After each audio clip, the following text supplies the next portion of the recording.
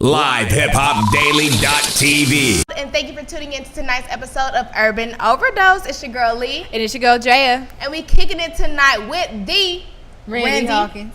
What it do? Randall. Thanks for having Easy me. Rand.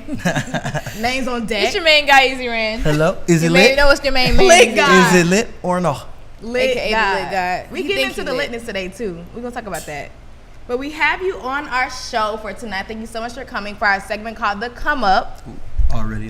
Yeah, so we highlight upcoming entrepreneurs, entertainers, artists, just anybody in the creative realm, just growing and emerging, And coming up, basically. And coming up. So we're glad to have you here. Are you excited or no? Oh, I'm very excited. Thanks for having me. Yay! All right, well, we're going to have a good time. But let's get into it. I'm going to ask the first question. Oh, we always have a good time. Yes. Probably So too during good your at time at times. Morehouse College, did you express your creative goals and ambitions with those around you? Did everybody know what Randy truly wanted to do? Or was it like a secret, like on the low? Basically, we went to school with you and we ain't know that you was just popping, basically. You ain't tell nobody. We didn't know.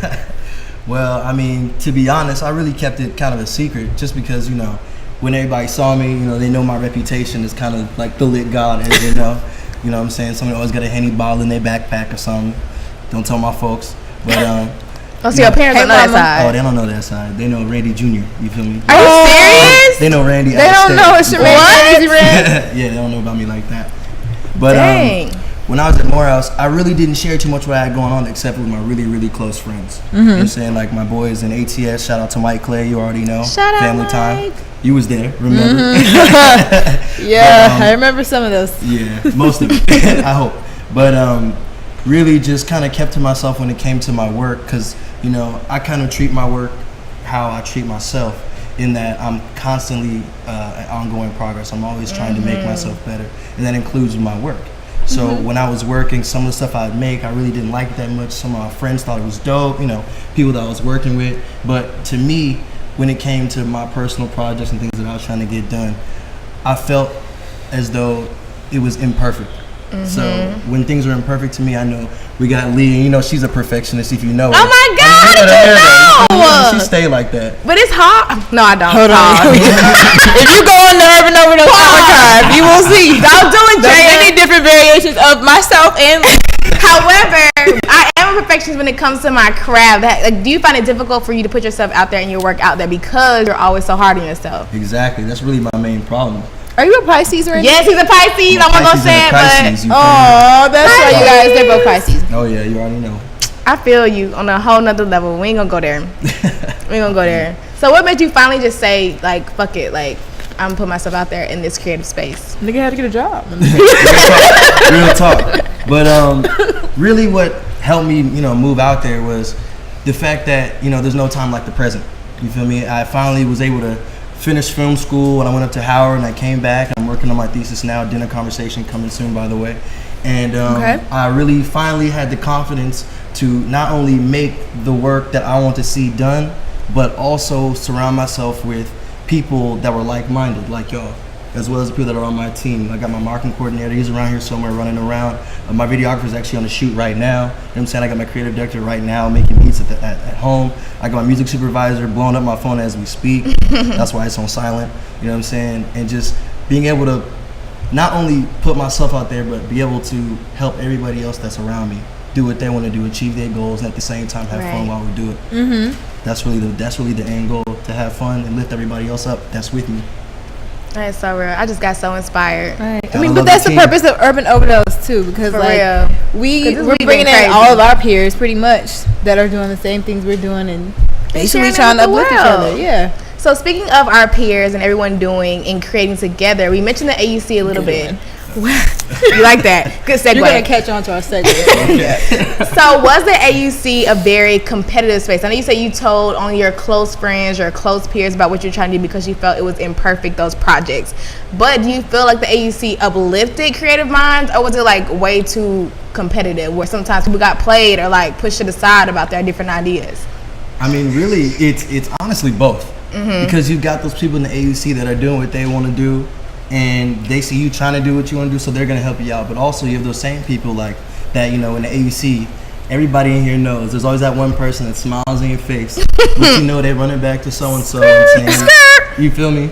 We know. Running back to whoever, We know. talking that mess about how you ain't gonna do this, or you ain't gonna do that, or this little thing that you did. It wasn't really that good. Yeah, exactly. And it's not just gonna be randoms out there, you know what I'm saying, they just went to school with, whether they're in your year or they're before you or after you. But sometimes it's even folks that are in your immediate circle. You can't really be afraid to cut those people off. And that's like really the hardest thing about the AUC is that it's so many people, it's so many different personalities, and you kind of want to be cool with everybody because you really don't know what everybody has to offer.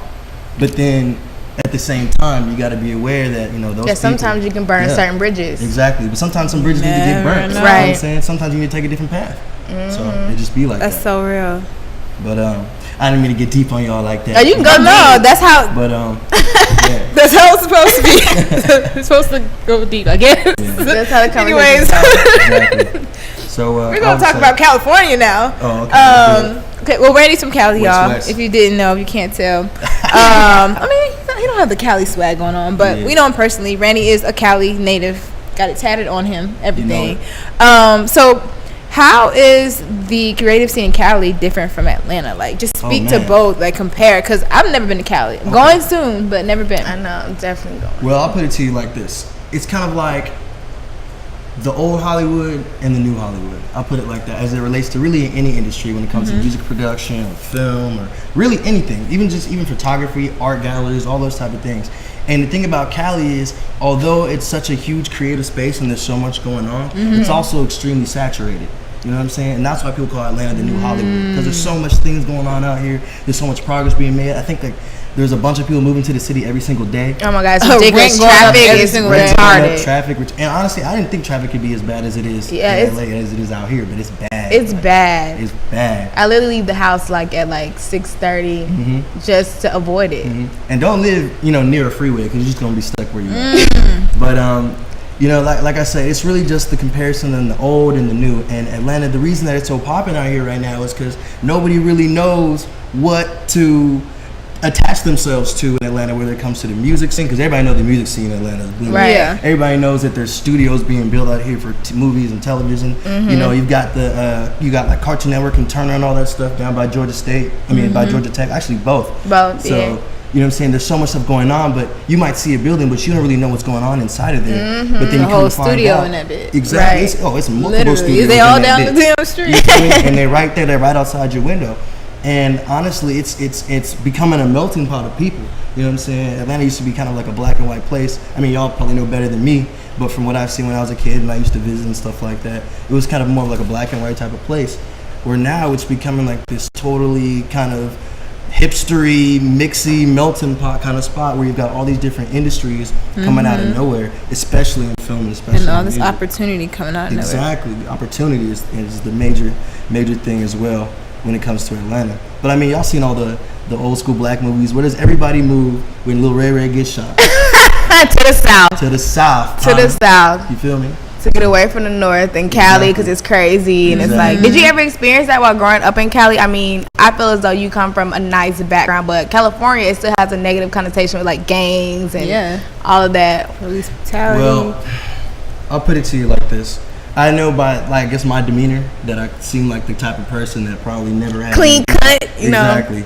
But well, if y'all saw me 2 days ago, I didn't have the cut. But I would say when it comes to my personal background, you know what I'm saying, I've dealt with a lot of stuff personally. I've had, I live in a fairly nice neighborhood, you know what I'm saying, but I've been, robbed on my own block. I've had my friend got a gun pulled on him at the bus stop right down the street. You know what I'm saying? I've seen people knocked out, right in front of me. I'm talking about at parties, at the mall. It could be anywhere, really.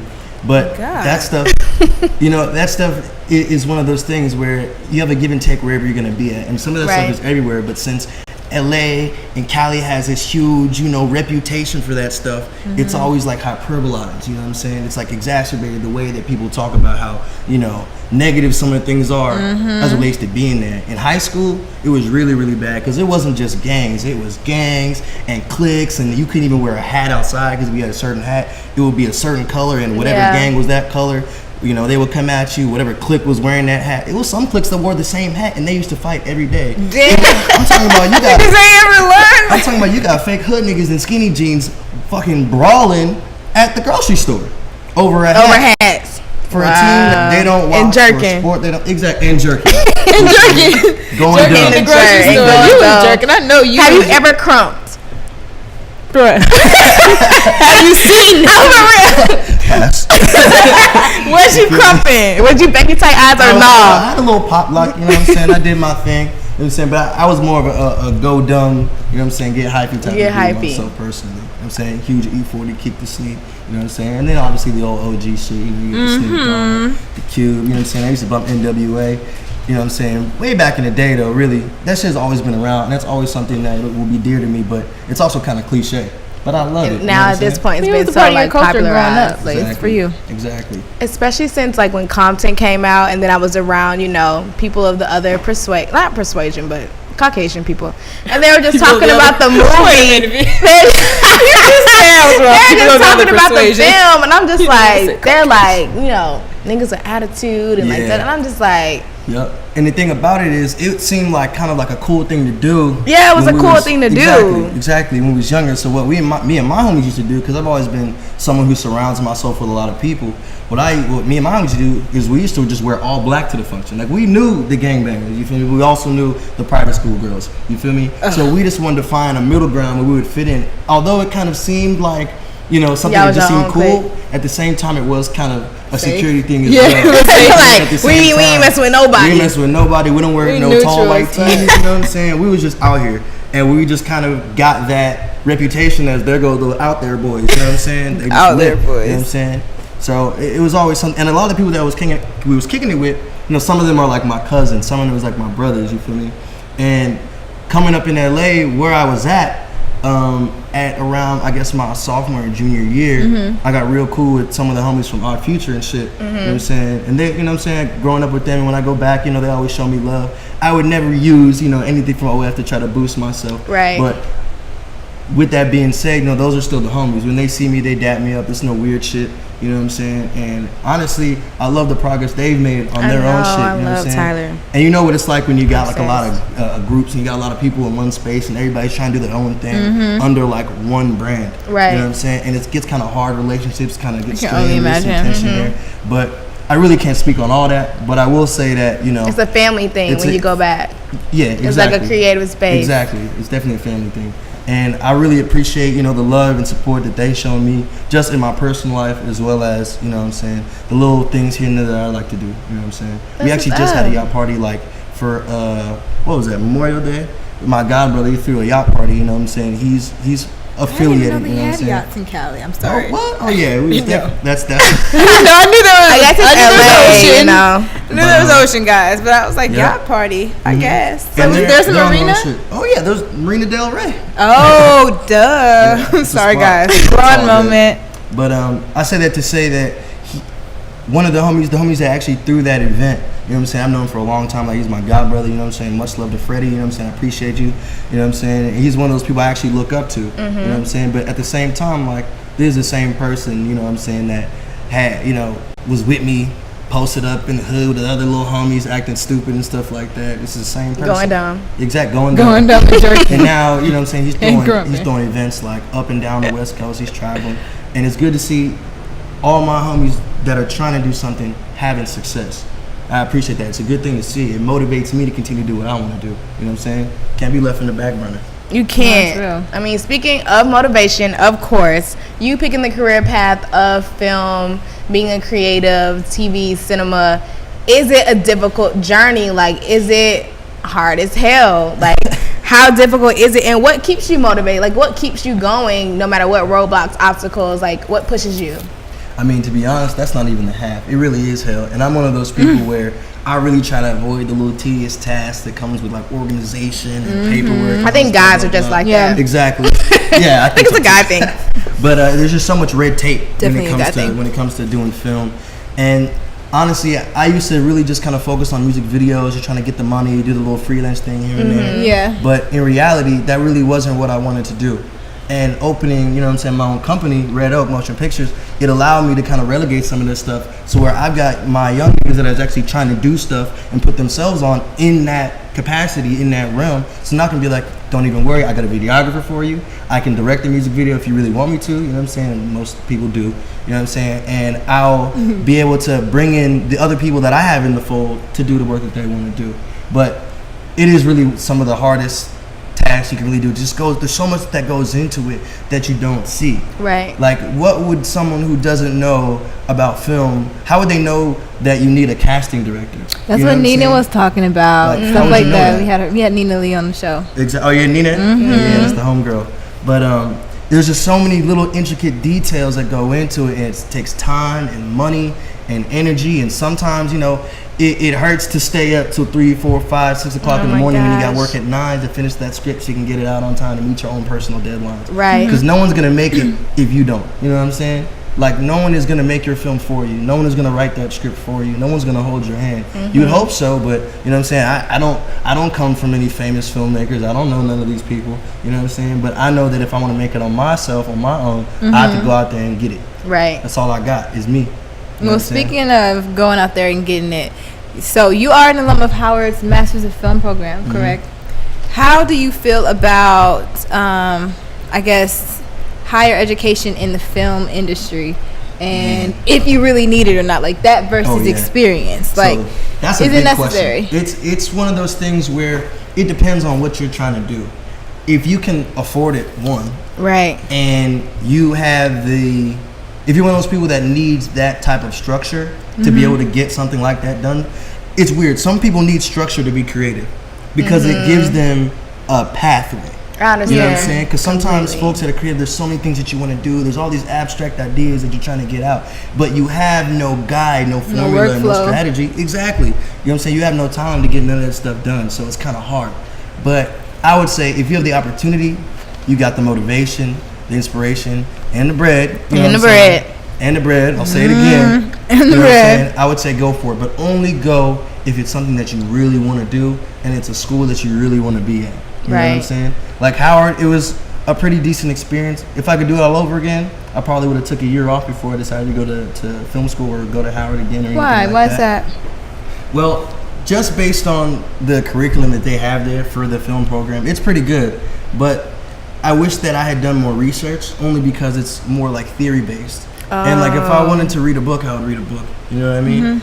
And sometimes when you go to certain film schools, they don't actually have stuff that's hands-on. The stuff that's going to get you out in the field so you can get those technical skills. Luckily, I had the opportunity to attend the New York Film Academy. I went to La Famille in Paris for a summer, and it was a really, really good experience. Yeah, I also took a cinematography program at USC over the summer. It was a really, really good experience. And luckily, I had some of the technical background to be able to get some of the stuff done that otherwise I may have struggled with in film school. Exactly. But the most important thing about film school is not just getting the knowledge. The knowledge is important, but some of the stuff you can read in a book. The most important thing that you want to get out of film school is making those connections with your peers that are like-minded, that want to do the same thing that you want to do, and using them on their projects and helping them with their projects. And even like the professors and all the connections they have, the students that have passed through and moved on and done crazy, amazing things. Exactly. So like I actually have a committee for my thesis film that constitutes not just the people from my company, but actual professors on it. So I've got a guy, the dude who runs the, it's that new kind of like Afrocentric Comic-Con type of thing that's been coming out. I forget the exact name at the moment. What's that? But yeah, you should definitely check it out. Interesting. Google it for sure. But it's super interesting. Afrocon? Yeah, and it's really, really interesting. I just actually. made that up. And the guy's name is Tim Fielder. He's a really, really good artist. He does sketches. He teaches After Effects and all that stuff to help you do all that stuff that you need to do. I know, like After Effects. You want to make stuff look like it's on fire. You know what I'm saying? You want to make your logos and stuff like that. Stuff that can be lucrative if you utilize it and practice it. And people will pay for it. And people will pay for it. You feel me? I've got a dude who actually wrote some books for Howard in the film department, you know what I'm saying, as my head. I also have a guy who specializes in cinema sound on there, because I think that sound production is probably one of the most important things when it comes to film. Because quite honestly, the thing that's going to change the film industry, and I hope this wasn't one of your questions, but the thing that's going to change the film industry is when we find a new way to combine music and film. When you find a way to make... And I have to wait till the end for the soundtrack. Exactly. Something that motivates you and moves you, but you don't got to go out and get the CD. Like, just watching it itself is a musical experience. Nonetheless, something... Exactly. Something that's so... Arousing? Good one, Dred. I mean, but he knows. You know what I'm saying? You know It what I mean? arouses me. Something that touches on all your senses at once. There we go. See? You know what I mean? Same Something She aroused. Yeah, exactly. Aroused. She's aroused. She's aroused. But yeah, something that has that motivation, something that's going to move people, but at the same time, you know, inspire them to either do the same thing or do whatever it is that they want to do. So yes, you are definitely inspiring right now. I think another one of your inspiring projects, which you mentioned, is Dinner Conversation. So please elaborate on what that is. I know it's your thesis. I know that you're working on it's your latest project, it's your work. But what can people expect from Dinner Conversation? And hold on, one more thing. My bad, What can girl. people expect from a film thesis? What is a film thesis? I wrote a 60-page paper. So, come on now. Okay, Elaborate. So a film thesis is basically, as it relates to my particular curriculum, is any film, feature, short, or otherwise, or documentary that is written, produced, and shot by you. So it's your final project. Your And final work. To be quite honest, it'd be like my final project, the culmination of everything that I've learned, as well as something to put my foot in the door when it comes to, you know, Your breaking into portfolio. the industry. Exactly. Yeah, okay. That first project. And some people base their entire career on their first project, but I think your thesis, for some people, they actually just take it too seriously. I think it's a stepping stone. You know what I'm saying? Like, why would you base your entire rap career on your first album? You know what I'm saying? It might be good, it might not. But if you base things that are in the past, how can you really look forward to the future? You know what I'm saying? Because you'll be stuck in that space. You'll be stuck in that. And that's not something Good that's ass going to be able to question. So help this you is like your progress. baby mixtape. Exactly. Randy's about to drop the mixtape. Baby mix. Dinner Conversations. Right. Right. That really does sound like Exactly. Coming a soon. damn Dom Kennedy. Is it as exact as it sounds? Like, is it conversations at dinner, or do we just have to wait? So, I'll break y'all off a little bit. A little bit. Listen to a little something. Please. So, Please. Dinner Conversation is about a guy who is constantly, you know, run over. He's submissive, not used to. He the friend zone. He more than a friend zone. But my guy is like 30 years old. He's a hard worker, but he's used to being ignored. You know what I'm saying? And no one ever usually lets him get a word in edgewise. And a lot of people, maybe not that specifically, but deal with societal strains that come with that type of stuff where they feel like they're not important. You know what I'm saying? And some people cope with that stuff in different ways. And when you watch the film, We will. you'll see how that manifests itself. But really, the movie's about how deep your bond is with another person. Because the film is not just about some guy who gets shitted on constantly. It's about a guy who gets shitted on constantly and does something heinous to try to cope with that, and his wife finds out. And he was trying to hide it from her. And you know what that do. Don't ever try to hide nothing from your girl, because she will find out, fam. It's gonna happen. So you just gotta let it rock. You know what I'm saying? Alright. But with that being said, you know, the conversation that happens between two people that are married or in a relationship when it's dinner time. Exactly, when it's dinner time. But this film is more about how someone can be so in love with you that they don't care about what you do, just that you're honest with them about what you do. That's deep. That is pretty deep. It's a romantic thriller, and I think y'all love it. Romantic thriller. I've That's like never the heard perfect that. combo. Exactly. Well, I have like that's new. Not It's new. an untouched genre, I would say. Yes, very untouched. There we go. Film isn't one of those things. A romantic that's singular. thriller. That sounds like that's me. I'm a romantic thriller. That's you. That's your new Twitter name. I'm a romantic thriller. That's your new Twitter name. But, Okay. it's a genre that That's has on not my been touched bio. on, so I think it's something that people really enjoy. And film is not meant to be singular. Right. So Well, we're gonna wrap up the first half of the show, but my main question is, what do you ultimately want to be known for, Randy Hawkins? Like, you Well- touched on film, you touched on your love for creativity and the arts, and he hasn't touched that much on his love for landscape photography, but he does a lot of things, obviously. He just doesn't like the organizational part of it yeah, I all. just don't like the. But what do you ultimately want to be known for? But I mean, in reality, I would love to be known for all those things. I want to be known as one of those people who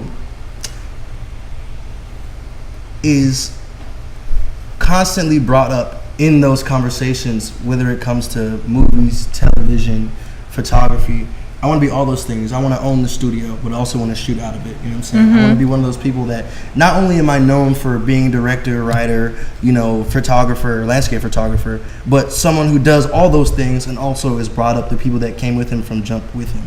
Like That's LeBron. Exactly. Oh my LeBron God! James. Let's not talk about LeBron James. Let me stop. No, not like Okay. LeBron. My last question to wrap up the first half of the show before I get a little bit upset. Is she mad? We're probably looking a little bit upset. Is your favorite top 3 female actress crushes in the movies? Go. Top 3? Who would you love to film, shoot, and or act with? Top 3. Okay, it's Act cliche. with. But, Wink, wink. Here we for go. sure, Kerry Washington, number 1. Okay, that's not cliche. It's a little cliche. I thought you was gonna She doesn't say. do it for me, I but ain't gonna say what I thought you was gonna say. That's she's cliche. a But Luke. continue. She's a little Luke. Kerry Washington, Okay. off top. Look at Jameer. Jameer's in the studio, guys. Yeah, Our off fave. top. I would say the other 2 would definitely actresses. That's hard though. There's a lot that I really like. Vanessa Bell Calloway. Okay. You know what I'm saying? Just because, I got a shout out on Godmom. And probably the last actress that I would really love to have with me on screen, would definitely be. He got it's a all tie. these images in his head. Like know. I just see like all these like naked women just like Stop, going girl. around in his mind. Like, Randy, choose me. choose me. I'm next. Dang. I don't want to say the Randall. wrong thing. I know. There is no wrong thing. There It's is whatever no- you we're want. It's your uncut, world. It's your show. unapologetic, and It's the unorthodox. Randy Hawkins show featuring Urban Overdose. Okay. So I would say the last actress I would choose would probably be. What is her name? Colombiana. What's her name? Oh. Zoe Yeah, Saldana. Saldana. Okay. Zoe. Those are good. As long as you didn't say Megan Good, I was straight. Damn. Cause that's so cliche. That's so cliche. Yeah, for sure. I love her though. She got a good little book out. Shout out. But anyway, All right, she making her little money with her she doing husband. it. and she happy with her everything. husband. She doing Okay. her thing. Anyways, yes. tell us about the little video that we're about to show in intermission. So a good friend of mine, Jermaine Crawford, he was featured on The Wire way back in the day. I think it's like the 3rd or the 4th season. He's crossing over into the music industry. Okay. He's good friends with Tristan Wiles, and they've been in contact going back and forth. And I shot this music video for him. He wanted kind of like a vampire in Brooklyn kind of look to Romantic thriller. it. Yeah. Yes. Actually, that's is a lot what it's like. Should've It's been called in the video, Silhouettes. guys. Definitely check him out. Follow him on SoundCloud. Follow him on all social media. He's a good dude. He works hard. And yeah. All right. All right. Stay tuned, y'all. Stay tuned.